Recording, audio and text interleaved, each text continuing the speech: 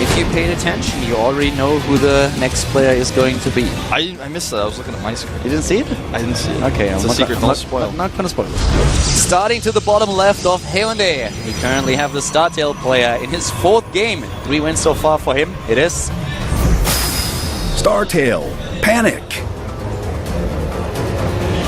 Panic with the crazy good games today. All of his matches against Terran players. This time he has to face a Protoss. The top right for Axiom-Acer, the last player. Axiom-Acer. I wonder if Alicia has ever taken the island map, or island base on this map. He likes this map a lot. I wonder if he might go for it. We've never seen it. Never. No. I mean, you need an observer. You had to kill that creep tumor. You know, I have to say that the beach map is actually a little bit better than I expected when we went into the season. I kind of like it. I feel like for Zergs it can be a little bit weird sometimes, but it plays out because I like the center base more than we had on Guangali. I compared it to Guangali at the beginning when we had those 2 beach maps, and I was absolutely not a fan of Guangali, especially that 3rd base or the 4th, depending on which base you get.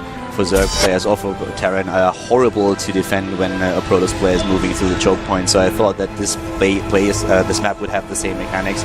It's a little bit better though. It's really interesting. It's very aggressive and it's a little bit different. I like the change that they make at the water, that you don't have so much debris that you can work against your opponent, that you can actually walk over everything.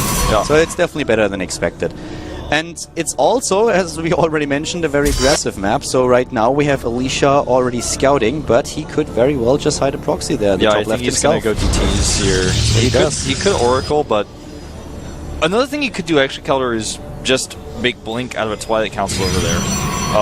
We saw that. He's good at Blink. We saw that just on Tuesday. Yes. We had 2 matches. I don't really know exactly which player did it, but yeah, we saw that just recently. Alicia did Blink on this map against a Terran opponent to close out his team match. Yeah.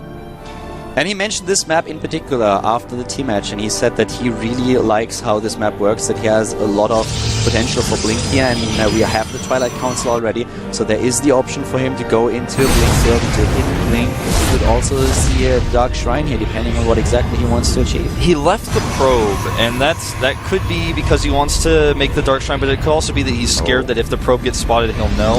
Mothership Core straight on the way to the top left, but you know, with the rally that we have, I think it's just... Yeah, it's... Okay, he re-rallied again, he's gonna miss it. Yeah, that's unfortunate.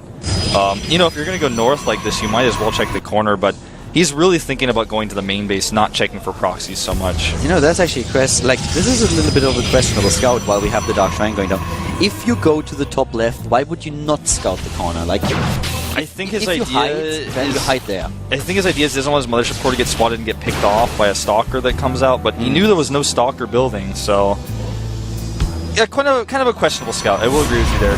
He could time warp here and be annoying on the probes. Nice micro though by Alicia, pulling those probes away. 3rd gate is coming now for Panic, and the big question is, will he get any kind of protection? He's it just looks like he wants to go for the massive aggression. Yeah, I think this might work out for Alicia. It should actually, unless Panic is able to hide something like either a Stargate for the Oracle, but more likely, of course, the robotics for the Observer. If he's able to hide that, we could see a base raid with both of them just exchanging economy. And if the there comes the robotics. This is close, actually. This is really close. It's only 1 pylon that is saving the robotics, and that's a problem. And the question is, will he know that? Observer is still a long way away because the Robo is not even halfway done. I think this is probably game. Yeah, I do not like if he attacks the pylon. This is really, really tough for him. He's actually walking home. He doesn't have a sentry either. He's playing this really riskily, and here comes the DT. Wow. And that pylon not only powers the Robo, but powers almost everything else. Here comes the sentry. Yeah, it's kind of late already. I mean, he has no mining at this point. He should actually attack. Oh, it doesn't really matter. The second ET comes in. Yeah, this is game. The robotics will not finish in the Observer. Yeah. He's going to have to type GG. GG, and Alicia takes the game with a build order win against the Panic. Reverts the all-kill for now and brings us into the next match. And as we said already earlier, if you paid attention, you know who it is. Well, for me, since I don't know... Okay, who do you think? I want to say Curious here, actually, but...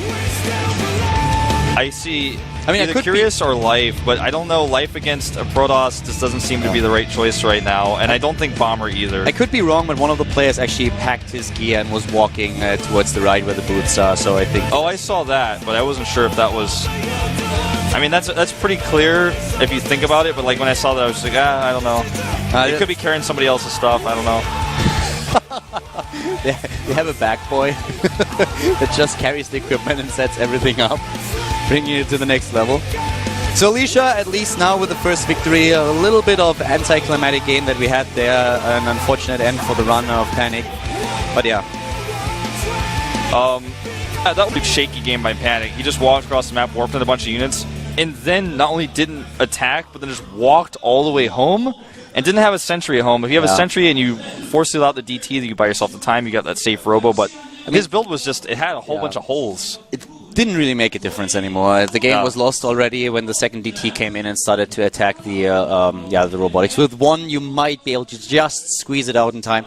With two DTs attacking already, there is no way you get detection in the game, and then you lose everything. Even if you at that point start to proxy another robotics and get detection, it's too late. Your Nexus will die, so the game I feel like the only builds that play is good against is like an Oracle build or a Defast Expand, but against almost any other normal build, you're going to get crushed. So that was a weird build that we saw from Panic. He's been preparing for Terran. He played 3 Terrans, but did not PvP it, and Bomber. I saw Bomber stand up earlier, but I wasn't sure. You could see the jacket, his jacket, when he actually picked up his gear and walked towards the booth. So we have the Terran player going up against Alicia. Look at Alicia's face. I like don't even know how to describe what he looks like he feels about this. Alicia at least got a clear-cut victory in game number 1. Where he wins, he moves on, he doesn't have to get stressed, he doesn't have to play a stressful late game. He's like, okay, build or win, boom, okay, I got the first point for my team that I need to get. And now he sees Bomber. He's got to be thinking, this is doable, it's not going to be easy. Yeah. And of course we have another 5-minute break, and then we have the match between Bomber and Alicia, another Terran versus Protoss today, so see you guys. Thank you.